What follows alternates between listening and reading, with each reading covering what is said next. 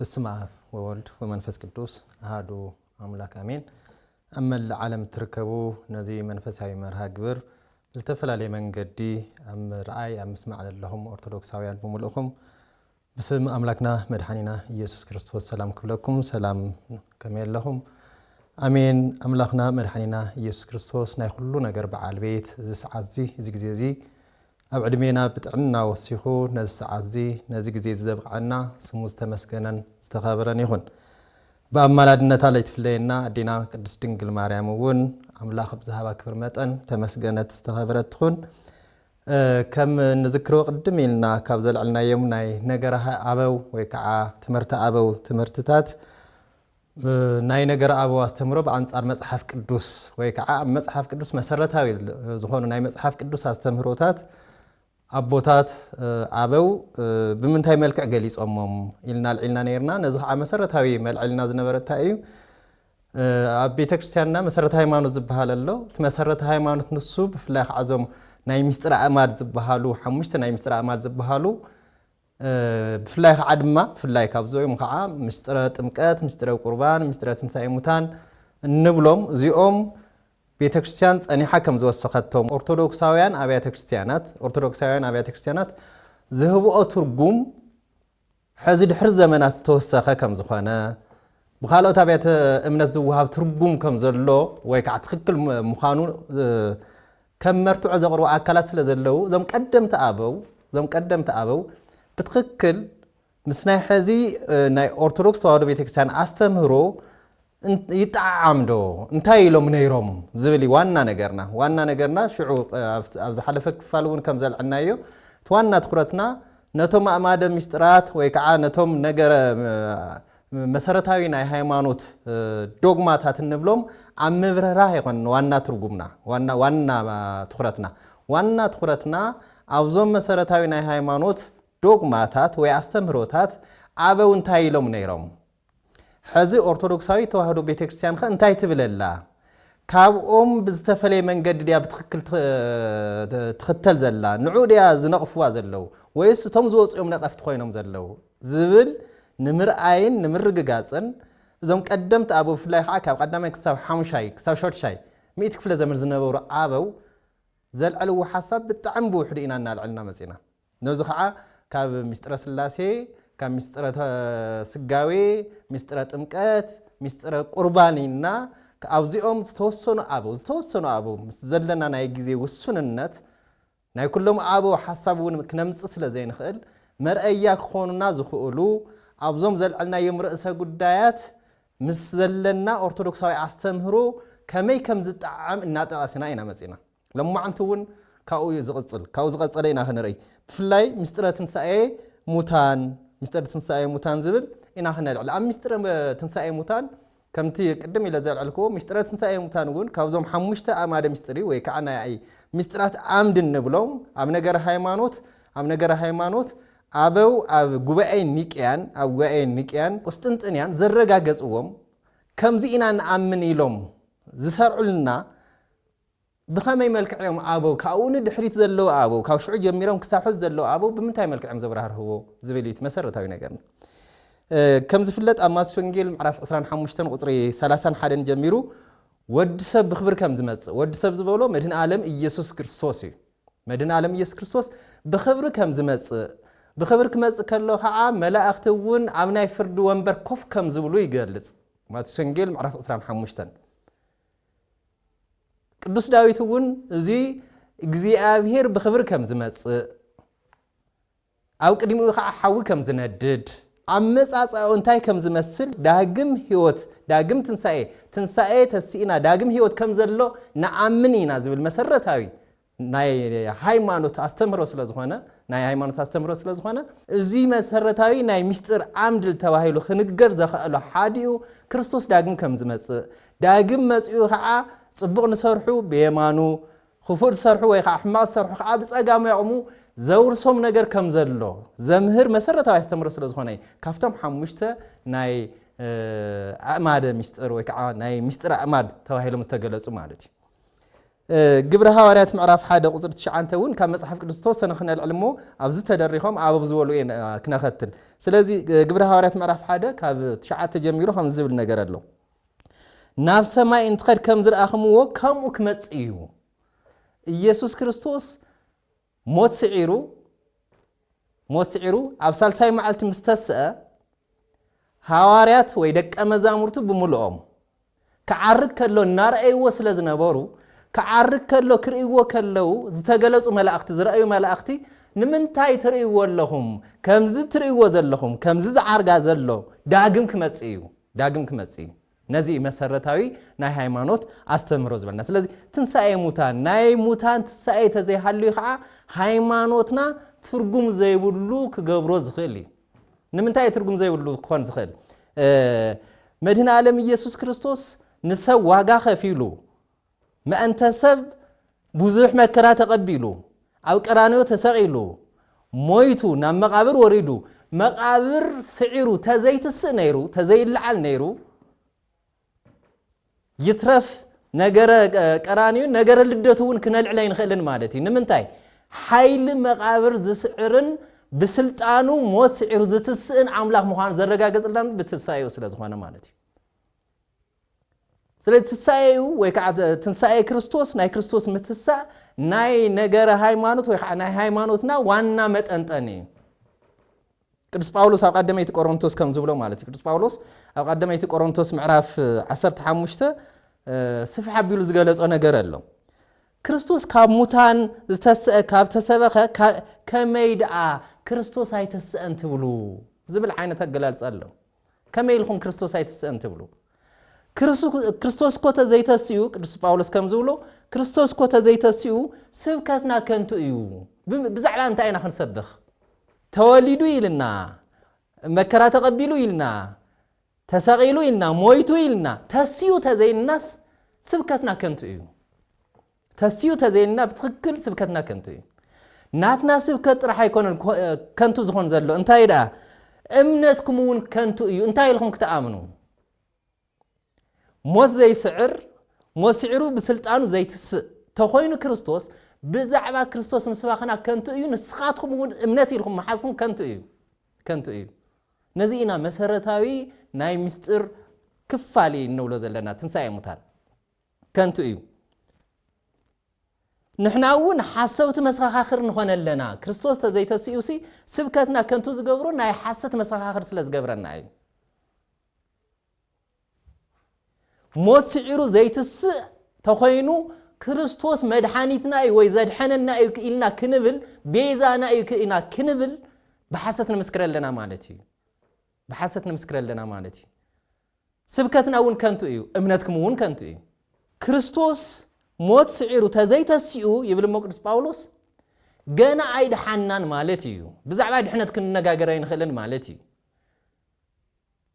ስልጣን ሞት ብስልጣኑ ስዒሩ በባህሪያዊ ስልጣኑ ስዒሩ ዘይተስእ ተኾይኑ ገና ኣብ ኃጢአት ኢና ዘለና ማለት እዩ እናበለ ይኸድሞ ግን ኸዓ ስብከትና ትኽክል እዩ ስብከትና አማናዊ እዩ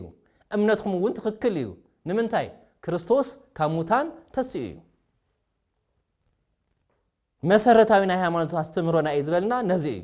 ክርስቶስ ተስኡ ስለዚህ ትኽክል እዩ ሃይማኖትኩም ትኽክል እዩ ስብከትና ትኽክል እዩ ምስክርነትና አማናዊ እዩ እዚ ኢልና ሓደ ክልተ ኣበዊና ክነልዕል ሕዝውን ብቀዲምና ናይ ቅዱስ ቄርሎስ ክነልዕል ከምዚ ይብል ናይ ጎይታ ዳግም ምምጻእ ነኣምን ኢና ናይ ጎይታ ዳግም ምምጻእ ነኣምን ኢና ብመጽሓፍ ዝተነገረ ዝተሰበኸ ሐዋርያት ዝሰበኽዎ ሐዋርያውያን ኣበው ዘመሃርዎ እዚ ዳግም ናይ ክርስቶስ ምምጻእ ነኣምን ኢና ይብል እሞ ካብ ባህሪ ሰብ ዝወሰዶ ወይ ዝነስኦ ስጋ ተዋሂዱ ናብ ሰማይ ከም ዝዓረገ ናብ ሰማይ ከዓርግ ከሎ ከም ዝረአይዎ መላእኽቲ ብባህሪ ክብሩ ምስ ኣብ ብእሪና ከም ዘንበሮ ዓሪጉ ኢልና ከዓ ናይ ኢየሱስ ክርስቶስ ካብ ሰብ ዝወሰዶ ወይ ዝነስኦ ስጋ ዝተዋሃዶ ስጋ ምስ ኣብ ብእሪና ከም ዘንበሮ ይብልሞ ቅዱስ ቄርሎስ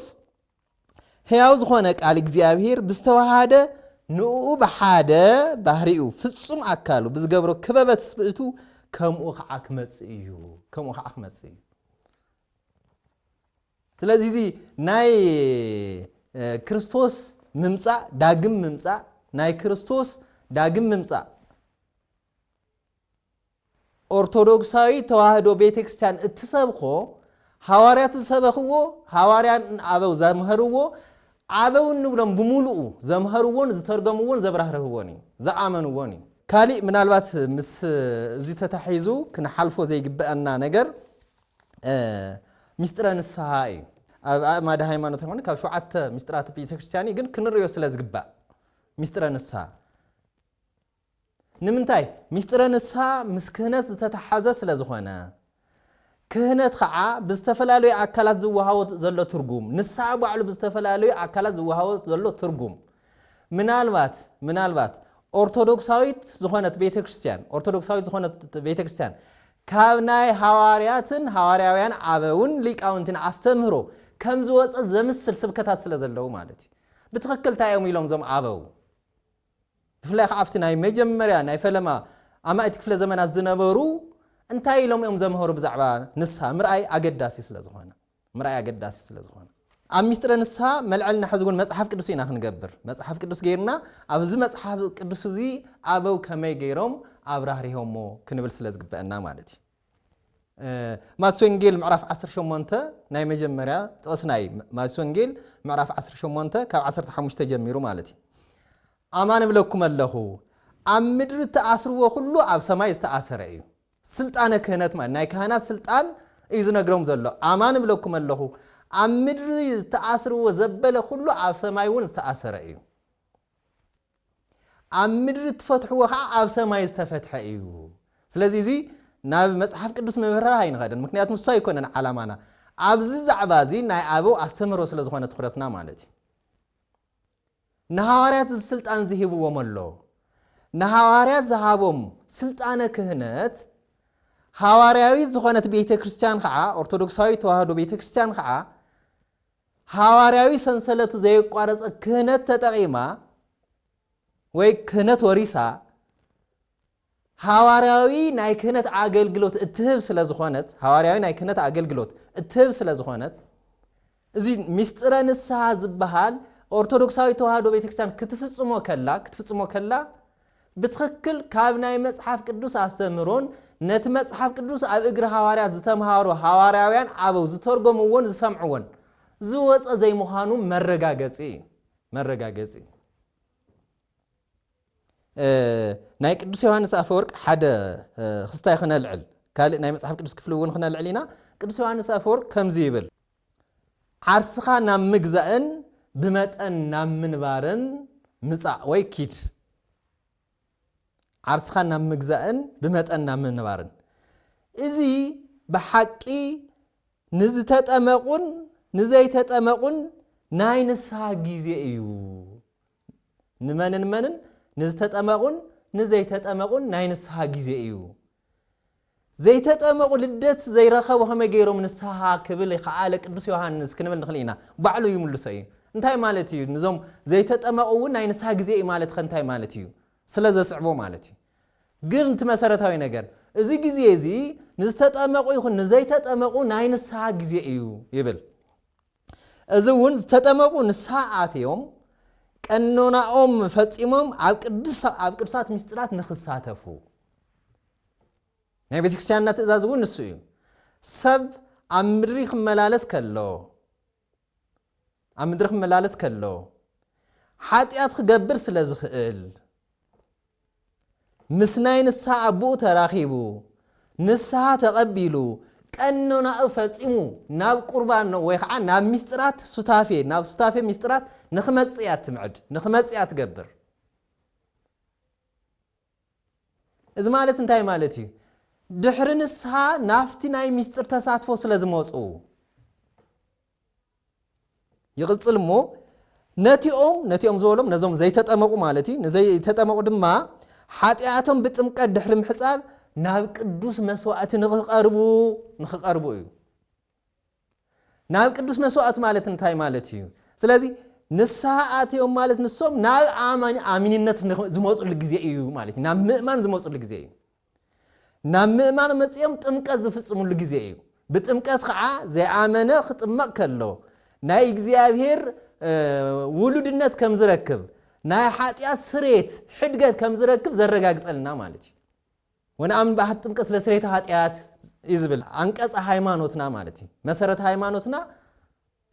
ንሕድገት ሓጢአት ብትኾን ብጥምቀት እውን ንኣምን ስለዚ ቅዱስ ዮሐንስ ንዞም ዘይተጠመቁ ሰባት እውን ዘይተጠመቁ እውን ንኢጥሙቃን እውን ናይ ንስሓ ግዜ ይክብል ከሎ ናብ እምነት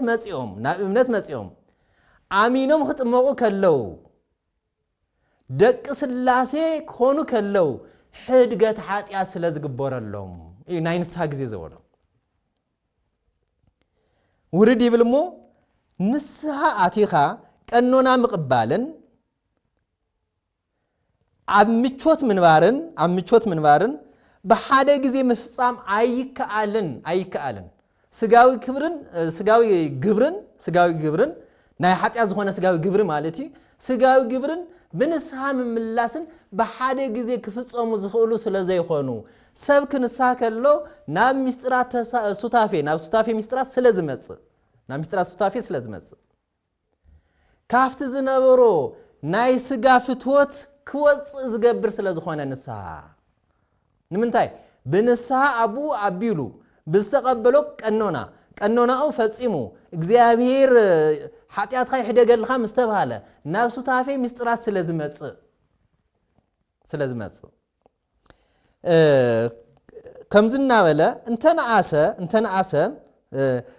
እንተነኣሰ ዝበሎ ኣብዚ እንታይ እዩ ከም ኣብነት ዮሐንስ መጥምቀ መለኮት ዮሐንስ ይጠቅስ ስለ ዝነበረ እዩ መጥምቀ መለኮት ዮሐንስ ስለ ስሬት ወይ ከዓ ስለ ንስሓ እናጥመቆም ስለ ዝነበረ የጥምቕ ስለ ዝነበረ ናይ ህይወት ኣምጽኡ ይሰብኮም ስለ ዝነበረ እዩ ቅዱስ ዮሐንስ መጥምቀ መለኮት ቅዱስ ዮሐንስ ከዓ ኣነባብረኡ ኣከዳድነኡ ኩሉ ንዓለም ዝመነነ ስለ ዝኾነ ግን እታ ኣከዳድነኡ እታ መጋግበኡ እታ ኣነባብረኡ ይትረፍ እሞ እዩ እንተነኣሰ ዝብል ዘሎ ቅዱስ ዮሐንስ አፈወርቅ ንቅዱስ ዮሐንስ መጥምቀ መለኮት ጠቂሱ ስለ ዝመጸ ማለት እዩ እንተነኣሰ ግን ንስሓ ኣቲኻ ከም ቅዱስ ዮሐንስ መጥምቀ መለኮት ዓይነት ኣመጋግባ እንኳ ተዘይኽኢልካ ዓይነት ኣነባብራ እኳ ተዘይኽኢልካ ዓይነት ኣከዳድና እኳ ተዘይኽኢልካ ንስሓ ኣቲኻ ቀኖናኻ ፈጺምካ ግን እዩ ቀኖናኻ ፈጺምካ ናብ ሱታፌ ምስጢራት ምጻእ ስለዚ ናይ ክህነታዊ ተሳትፎ ኣብ ድሕነትና ዘሎ ዓብይ ምስጢር ዝነግረና ዘሎ ከምቲ መጽሓፍ ኪድ ንዓርስኻ ንካህን ኣርኢ ከም ዝበለ ቅዱስ መጽሓፍ ኪድ እሞ ንርእስኻ ንዓርስኻ ንካህን ኣርኢ ከም ዝበለ ቅዱስ መጽሓፍ ቅዱስ ዮሐንስ አፈወርቅ ነዚ ብዝርዝር ዝነግረና ዘሎ ኣብ መጽሓፍ ቅዱስ ዘሎ ጥቕልል ዝበለ ሓሳብ ብዝርዝር ዝነግረና ዘሎ ኣብ ቅዱስ መጽሓፍ ምናልባት ብዛዕባ ንስሓ ዘይተጠመቁ ኣይተነገረን ክኾን ይኽእል እዩ ግን ንስሓ ዘይተጠመቁ ማለት እንታይ ማለት ምዃኑ ይነግረና ኣሎ ቅዱስ ዮሐንስ አፈወርቅ እዚ ክንርዳእ እዩ ናይ ኣበው ትምህርቲ ኣበው ህይወት ኣበው ገድሊ ኣበው ምፍላጥ ምርዳእ ኣድላእ እዩ ኢልና ነገር ኣበው ኢልና ምጅማርና ከም መጽሓፍ ቅዱስ ከም ዝብል ነገር ኣሎ ካልአይቲ ቆሮንቶስ ምዕራፍ 7 ቁጽሪ 8 ቅዱስ ጳውሎስ ንናይ ቆሮንቶስ ሰባት ኣብ ዝለኣኸሎም መልእኽቲ ዘልዕሉ ሓሳብ ኣሎ እንታይ ዝብል ብመልእኽተይ ዝብላ ዘሎ ተቀዳመይቲ መልእኽቲ እዩ ንቆሮንቶስ ሰባት ክልተ መልእኽቲ ልኢኸሎ ታ ናይ መጀመርያ መልእኽቲ መብዛሕትኡ ግዜ ኣብ ተግሳጽ ዘድህበት ስለ ዝነበረት ብመልእኽተይ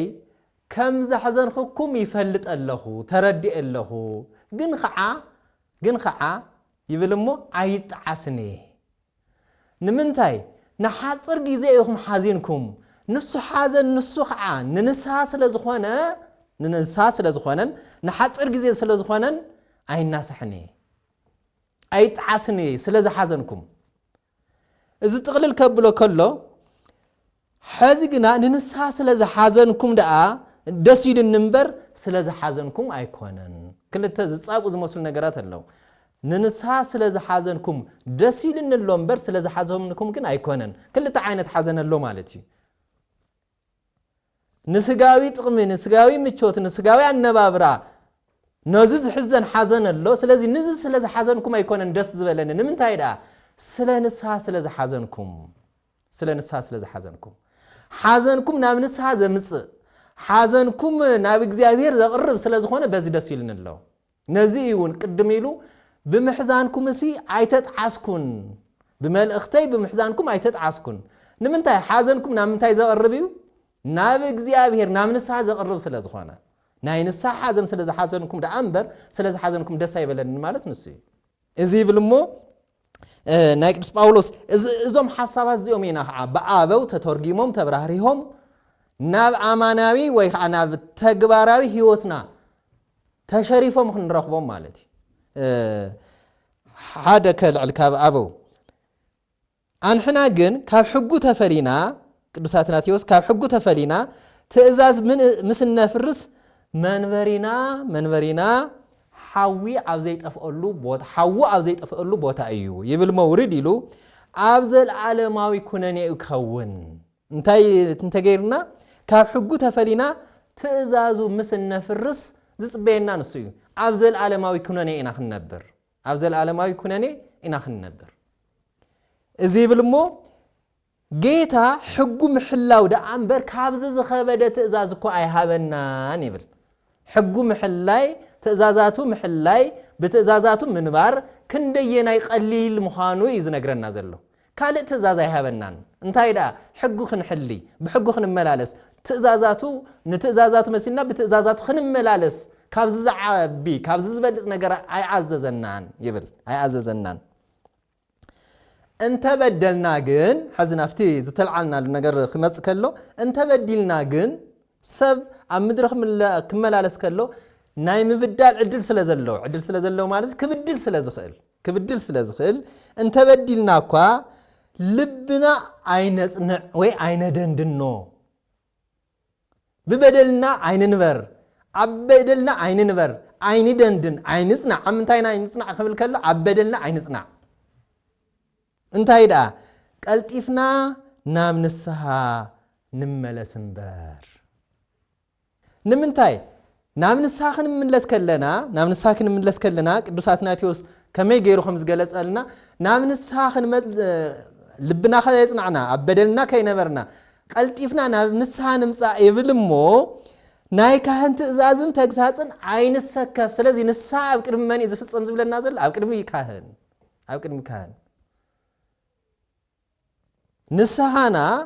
ናይ ካህን ትእዛዝን ተግሳጽን ምክንያቱም ንስሓ ከኣት ከሎ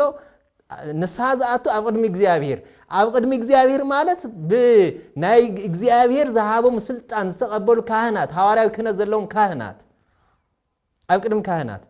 ስለዚ ንስሓ ምእታይ ኣብ ቅድሚ ካህን ስለ ዝኾነ ካህን ዝህበና ተግሳጽ ኣሎ ትእዛዝ ኣሎ ቀኖና ኣሎ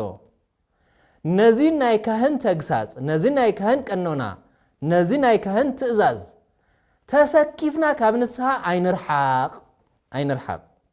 ናይ ድሕነት በዓል ፈውሲ እዩ መን ካህን ፈውሲ ያብኡ ይደሎ ናይ ምንታይ ፈውሲ ናይ ድሕነት ንምንታይ ብንስሓ ናብ እግዚአብሔር ዘቕርበና ስለ ዝኾነ እግዚአብሔር ይፍታሂሉ ናብ ምስጢራት ክንሳተፍ ተግሳጽ ሂቡ ቀኖና ሂቡ ትእዛዛት ሂቡ ትእዛዛቱ ምስፈጸምና ቀኖናና ምስወዳእና እግዚአብሔር ይፍታህ ኢሉ ምስ እግዚአብሔር ሕብረትና ምንረኽበሉ ናብ ምስጥረ ቁርባን ስለዘብቅዐና ናይ ድሕነት ፈውሲ ኣብ ኢዱ እዩ ማለት ንሱ እዩ ስለዚ ዓበው ከምዚኦም ዝገልጽዎ ቅዱስ ዮሐንስ አፈወርቅ ንስሐ በኸመይ መልክዕ ክህነት በኸመይ መልክዕ ከም ዝገለጾ ርኢና ኣለና ቅዱስ አትናቴዎስ እውን ብተመሳሳሊ እን ቅዱስ አትናቴዎስ ማለት ገና ኣብ ሳልሳይ ራብዓይ ክፍለ ዘመን ዝነበሩ ዓበው ኢና ንጠቅስ ዘለና ኣብ ጉባኤ ኒቅያ ዝተሳተፈ ማለት እዩ ቅዱስ አትናቴዎስ ማለት ስለዚ ኦርቶዶክሳዊ ተዋህዶ ቤተክርስቲያን ማለት ሐዋርያ ዘምሃርዎ ዝጽሓፍዎ ሐዋርያውያን አበው ዝተምሃርዎ ሊቃውንት ዝተርጎምዎ እትነብርያ ማለት ብግብር ትገልጽ እዚ ካብልና እዚ ክፋል ዝኽንውዲና ሓንቲ ነገር ግን ክነልዕል ናይ ኣዴና ናይ ቅድስት ድንግል ማርያም ምስ ሓደ ነገራት እውን ስለ ዝተሓዝ ማለት እዩ ሓደ ሰባት እንታይ ይብሉ ኦርቶዶክስ ተዋህዶ ቤተክርስቲያን ንቅድስት ድንግል ማርያም እትህባ ክብሪ ኣብ መጽሓፍ ቅዱስ ብዘይተገለጸ መልክዕን መጠንን ቅርጽን ያትቦ እዚ ከዓ ሕዚ ዝተለመደ እዩ ደንጉዩ ዝተለመደ ኣብ ቀረባ ግዜ ዝመጸ ናይ ቀደም አስተምህሮ ዘይኾነ ኣምሲሎም ዘቕርብዎ ነገር ስለ ዘሎ ማለት እዩ ኣብ መጽሓፍ ቅዱስ እውን ክንዲ ናይ ቅድስት ድንግል ማርያም ዝተነገረ የለን ኣብ ሓደ ምዕራፍ ኣብ ክልተ ምዕራፍ ስለ ዝኾነ ጥራሕይና ኣይተነገረን ክብሉ ዝኽእሉ ዳ እምበር ኣብ ሓደ ምዕራፍ ዝተነገረሉ ልክዕን መጠንን ዓቐንን ግን ኣዝዩ ብሉጽ እዩ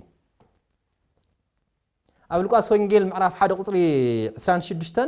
ጀሚሩ ዝተገለጸ ነገር ኣሎ መልአኩ ቅዱስ ገብርኤል ናብ ቅድስት ድንግል ማርያም ከድከሎ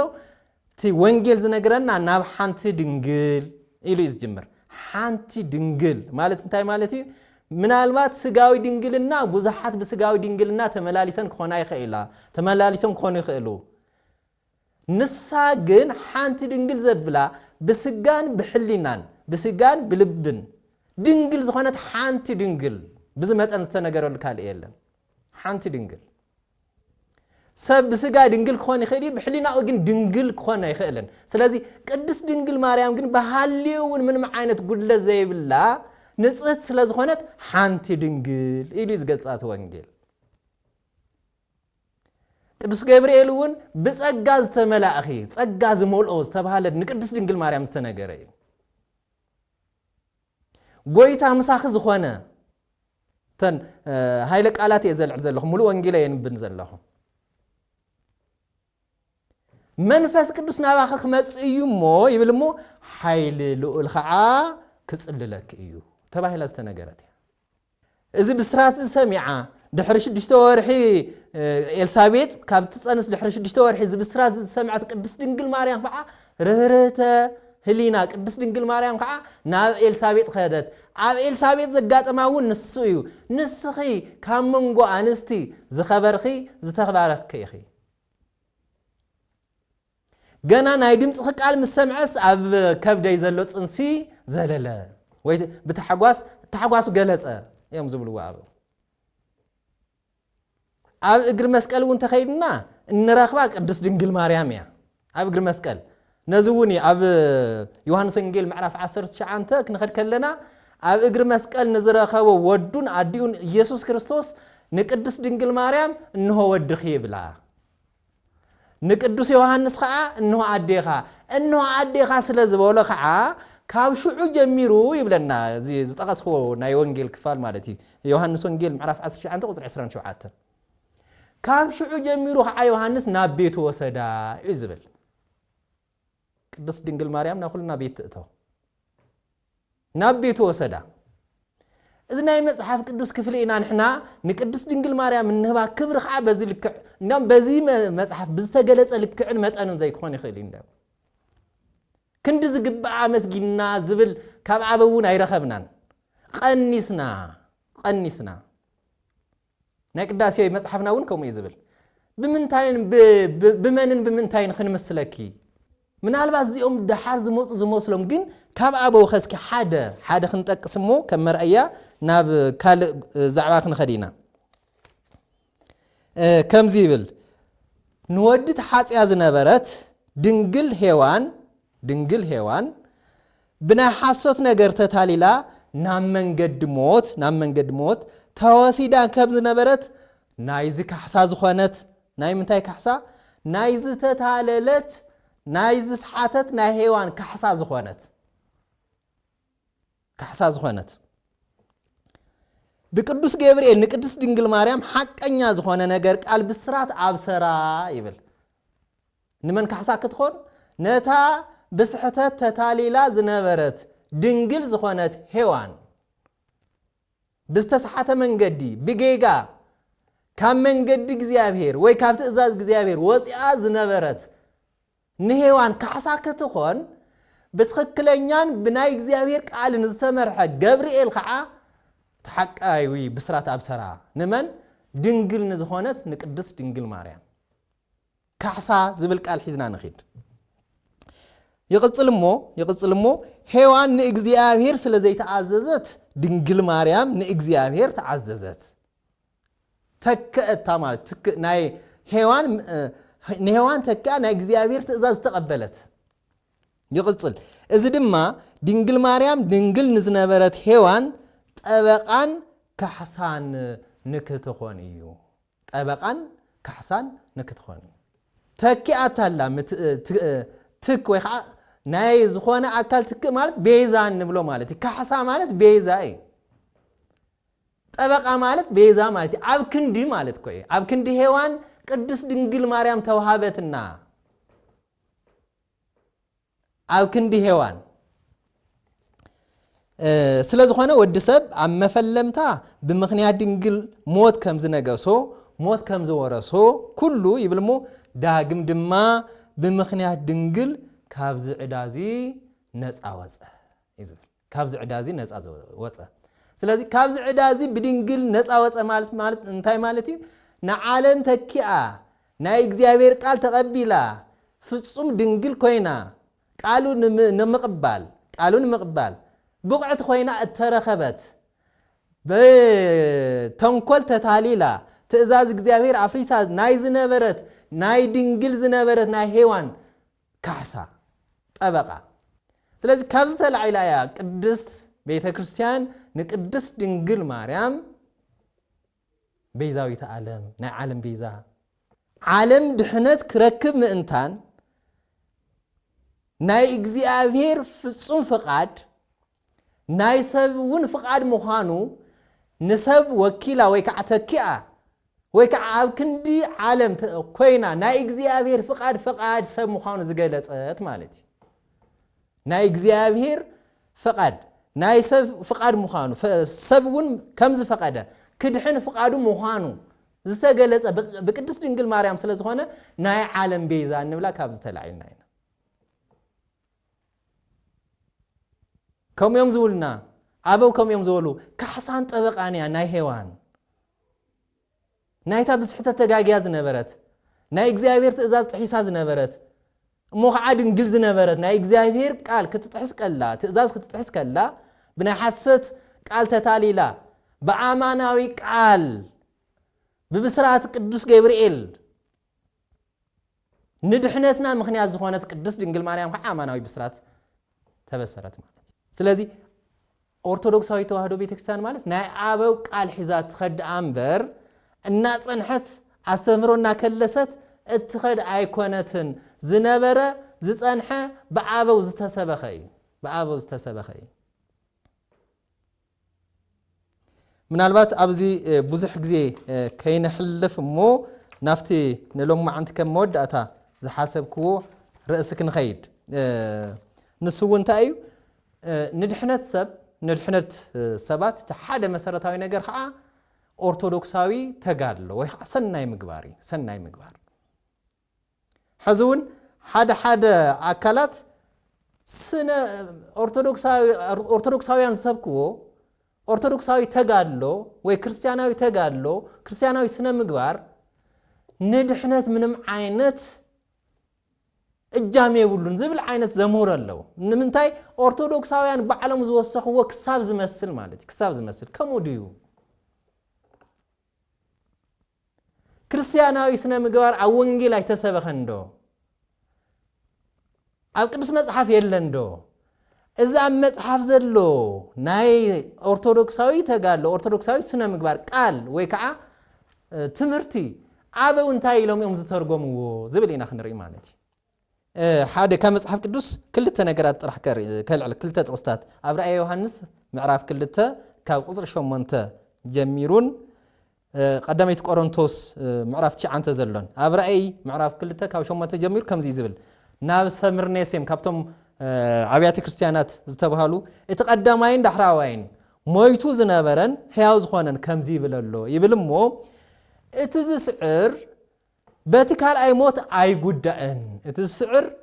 ምስዓር ማለት ንኽትስዕር ታያሎ ማለት ተጋድሎ ኣሎ ማለት እዩ ኦርቶዶክሳዊ ስነ ምግባር ኣሎ ማለት እዩ ኦርቶዶክሳዊ ምልልስ ኣሎ ማለት እዩ አሚነ ኢልካ ትገድፎ አይኮነን ምእማን ካትገልጸሉ ተአማንነት ይድሊ ኦርቶዶክሳዊ ስነ ምግባር ማለት ተአማንነት ነቲ ዘአመንካይ በእምነት ምንባር ማለት ምግላጽ ማለት በግብር ምግላጽ ናምነት ናይ ቅዱስ ቁርባን አማናዊነት ኽነአምን ከለና ምእማንና ጥራሕ እኹል አይኮነን እንታይ ይድሊ ተሳትፎ ይድሊ ካብ ቅዱስ ቁርባን ተሳታፊነት ይድሊ ግድን እዩ ንዑኡ ተአማን ምዃን ማለት እዩ مفلات وي مؤمن أمانوي مال بعلو أخلي كونن انتاي دا أمانوينتو تقبلك مس እግዚአብሔር ሕብረት ንخلينا ምእንታን ካብና ኢየሱስ ክርስቶስ ጋር ደምን ምስተፍ ኣብ ቅዱስ ቁርባን ምስተፍ ኦርቶዶክሳዊ ግዴታ እዩ ሃይማኖታዊ ያስተምሮ እዩ ስለዚህ እቲ ዝስዕር በለ ቅዱስ ዮሐንስ አፍት ካልኣይ ሞት ኣይሞትን ካልኣይ ሞት ዝበሉ መዓዝዩ ናይ መወዳእታ ፍርዲ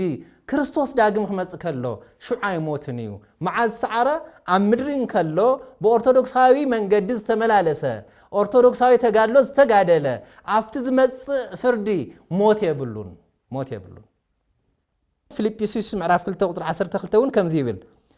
ብፍርሕን ብራዕድን ናይ ርእስኹም ድሕነት ንምፍጻም ተጊኹም ስርሑ ኦርቶዶክሳዊ ስነ ምግባር ኦርቶዶክሳዊ ተጋድሎ ክንብል ከለና እንታይ ማለት እዩ ትግሃት ማለት እዩ እንታይ ንምግባር ናይ ርእስና ድሕነት ንምፍጻም ናይ ሕድሕድና ድሕነት ንምፍጻም ኣነ ናይ ርእሰይ ድሕነት ንኽፍጽም በኦርቶዶክሳዊ ትግሃት ክመላለሰለኒ እዚ ኦርቶዶክሳዊ ናይ ሕድሕድ ኦርቶዶክሳዊ ትግሃት ከዓ ብምንታይ ዝፍጸም እዩ ብቤተ ክርስቲያናዊ ሕብረት ዝፍጸም ማለት እዩ እዚ ናይ ግልን እዩ ብግልና ንጋደሎ በቤተ ክርስቲያናዊ ሕብረት ከዓ ዝፍጸም ማለት እዩ ናምነት ስርዓተ ቅዳሴና ብሕብረት ነፈጽሞ ንትግብሮ ስለዝኾነ ሽዑ ከዓ ብዘይ ቅዳሴ ከዓ ናይ ክርስቶስ ስጋን ደምን ምቕባል ስለዘይለ ማለት እዩ ስለዚህ ብፍርሕን ብራዕድን ናይ ርእስኩም ድሕነት ፈጽሙ ናይ ርእስኩም ድሕነት ናይ ግልኩም ድሕነት ፈጽሙ ብምንታይ ብትግሃት ክትተግህ ዝገብር ነገር ኣሎ ማለት እዩ እንታይ ተጋድሎ ኣሎ ናይ ዘዓለም ተጋድሎ ዝስዓረ እዩ ከምቲ ቅዱስ ዮሐንስ ኣብ ራእዩ ቅድም ኢልና ዘልዕልናዮ ዝገለጾ ኣብቲ ዳግማይ ሞት የብሉን ኣብቲ ዳግማይ ኣብቲ ካልኣይ ሞት ኣይጉዳእን የብሉን ሞት የብሉን ሽዑ እዚ ሒዝና ናብ ኣበው ክንመጽእ ክልተ ክነልዕል ሞ ክንውድእ ኢና ቅዱስ ቄርሎስ ዘልዕሎ ኣሎ በእንተ ጥምቀት ኣብ ዝብል ከምዚ ይብል ክልተ ወገን ዝኾነ ተጋድሎ ንክትጋደል ንርእስኻ ኣዳሉ ንክንደይ ንክልተ ዓይነት ተጋድሎ ወይ ከዓ ክልተ ወገን ዝኾነ ተጋድሎ ንክትጋደል ንርእስኻ ኣዳሉ ይብልሞ እዚ እውን ፈለማ ንዝወሃበካ ወይ ንዝጸንሐካ ጸጋ እትቅበለሉ ጥምቀት ተዳሎ ንክትጥመቕ ተዳሎ እንታይ ማለት እዩ እመን ብዝግባእ እመን ሞ ነቲ ዝጽበየካ ዘሎ ጥምቀት ብቑዕ ኹን ንጥምቀት ክትበቃ ከዓ ምእማኒ ስለዚህ ኣሚንካ እቲ ጸጋ ዘውህብ ጥምቀት ንዑ ተሳታፊ ንክትኾን ሓደ ተጋድሎ እዩ ዘይነበረ ቅድስናን ጸጋን ምርካብን ብምቕጻል ከዓ ብጥምቀት እትረኽቦ ጸጋ ንምሕላው ዓርስኻ ኣዳሉ ጥምቀት ናይ እግዚአብሔር ደቂ እግዚአብሔር ምዃንና ወይ ከዓ ናይ ውሉድነት ጸጋ እንረኽበሉ እዩ ስሬት ኃጢአት ወይ ከዓ ናይ ኃጢአት ሕድገት እንረኽበሉ እዩ ጥምቀት እዚ እንረኽበሉ ሓደ መንገዲ ንጥምቀት ተግዳሎ አሚንካ ንኽጥመቕ ተዳሎ ትጋ እዚ ሓደ እዩ እቲ ካልኣይ ወገን ዝኾነ ተጋድሎ ከዓ ይብለና እሞ ብምቕጻል ብጥምቀት ትረኽቦ ጸጋ ንምሕላው ዓርስኻ ኣዳሉ እቲ ዝረኸብካዮ ጸጋ ጥምቀት ዝረኸብካዮ ውሉድነት ናይ ውላድ እግዚአብሔር ዝተባሃልካሉ ጸጋ ሕድገት ኃጢአት ዝረኸብካሉ ጥምቀት እሱ ጸጋ እሱ ከይውሰድ ከዓ ወይ ከዓ ከይትስእን ከዓ ሕዝውን ነቲ ካልኣይ ወገን ዝኾነ ተጋድሎ ተዳሎ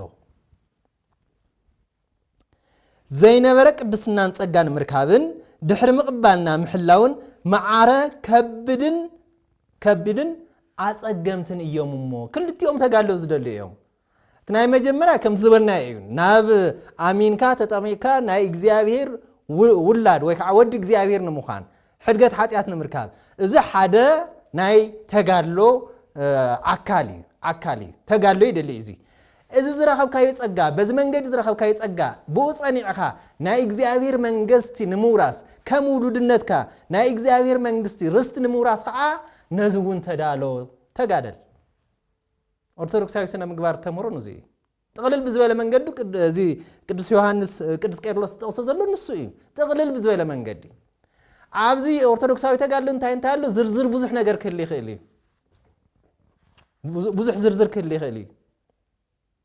ኣብ ወንጌል አንቀጸ ብፁዓን ዝተነገረውን ብዙሕ ነገር ስለ ዘሎ ማለት እዩ ይቕጽል እሞ ብጥምቀት ዝረኸብካዮ ጸጋ ንምሕላውን ነዚ እትደልዮ ነገር ንምርካብ ድማ ብለይቲ ምትጋህ አጽዋማት ኣብ ሓመድ ምድቃስ ጸሎት ንዝደልዮም ሰባት ምሕዛን ሓዘን ንዘድልዮም ሰባት ምሕዛን ምምጽዋት ብጣዕሚ ዓብይ ረብሓ ዘለዎም እዮም እዚኦም እዮም ኦርቶዶክሳዊ ስነ ምግባር ንብሎም ተጋድሎ ንብሎም በዚ መንገዲ ዝምሕላፍ ይብል እሞ ስለ ዝኾነ ብዛዕባ ዝተቐበልካዮ እተመስግን ኩን ከምኡ ድማ ንምሕላው እትተግህ ኩን ዝተቐበልካዮ ኣሎ ዝተዋሃበካ ጸጋ ኣሎ ነዚ አመስግን ተጋዲልካ ብተጋድሎ ዝረኸብካዮ አሚንካ ተጠቕሚካ ዝረኸብካዮ ጸጋ እግዚአብሔር ኣሎ ነዘመስግን ግን ከዓ ዝረኸብካዮ ጸጋ ንከይውሰድ ነዚ ከዓ ትጋህ ኦርቶዶክሳዊ ስነ ምግባር ማለት ንሱ እዩ ሓንቲ ኸልዕል እሞ ንውደለን ናይ ቅዱስ ያሬድ ሓንቲ ቃል አርምሞ ወይ ከዓ ስቕታ ንሃይማኖት ሃይላ ከምኡ ድማ ስነ ምግባር እውን ናብ ሰማያት እተደይብ እያ ስነ ምግባር ኦርቶዶክሳዊ ስነ ምግባር ከዓ ናብ መን ተደይብ ናብ ሰማይ ተደይብ እያ يمزون ስለዚህ ኦርቶዶክሳዊ ስነ ምግባር ማለት ናብ ሰማይ እንድይበሉ መሳለል ማለት ከም ቅዱስ ያሬድ ናብ ሰማይ እንድይበሉ መሳለል ብተቀበልናዮ ጸጋ ጸኒዕና ነዚ ጸጋ ከዓ ተጋዲልና ተስፋ ንገብራ መንግስት ሰማያት ንኽንወርስ ናይ አምላኽና ሰናይ ፍቃድ ይኹን ኣብ ቀጻሊ ክፋል ክሳብ ንራኸብ አምላኽና መድኃኒና ኢየሱስ ክርስቶስ በሰላም ብጥዕና ናይ ንስሐ ዘመን ወስሑ ይሐልየና አሜን